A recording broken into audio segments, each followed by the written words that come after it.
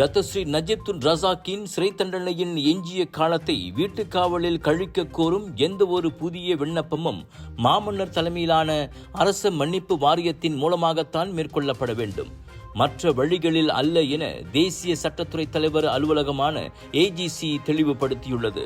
Kuala Lumpur, Putrajaya, Labuan கூட்டரசு பிரதேசங்களில் செய்யப்படும் குற்றங்களுக்கான மன்னிப்பு விண்ணப்பங்கள் கூட்டரசு அரசியலமைப்பு சட்டத்தில் வரையறுக்கப்பட்ட நடைமுறைகளை பின்பற்றியாக வேண்டும்.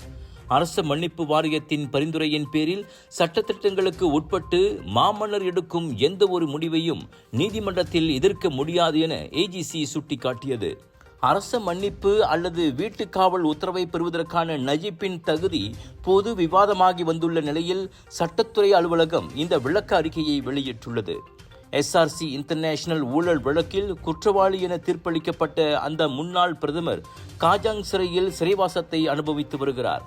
தனது எஞ்சிய சிறை தண்டனை காலத்தை வீட்டுக் காவலில் கழிக்க அனுமதிக்கும் கூடுதல் உத்தரவு ஒன்று இருப்பதாக கூறப்படுவது தொடர்பில் நஜீப் அண்மையில் நீதிமன்றத்தை நாடியிருந்தார்.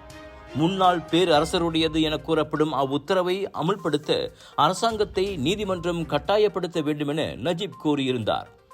எனினும் அப்படி ஒரு உத்தரவு இருப்பதாக கூறப்படுவது வெறும் வதந்தியே.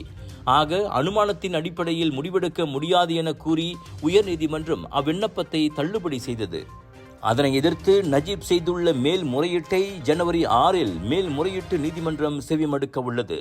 என்றாலும் AGCயின் இவ்வறிக்கையானது நீதிமன்ற வழியாக இல்லாமல் மன்னிப்பு வாரியத்திடம் நஜீப் புதிய விண்ணப்பத்தை சமர்ப்பிக்க வேண்டும் என்பதை சொல்லாமல் சொல்லியுள்ளதாக அரசியல் விமர்சகர்கள் சிலர் கருத்து தெரிவித்துள்ளனர்.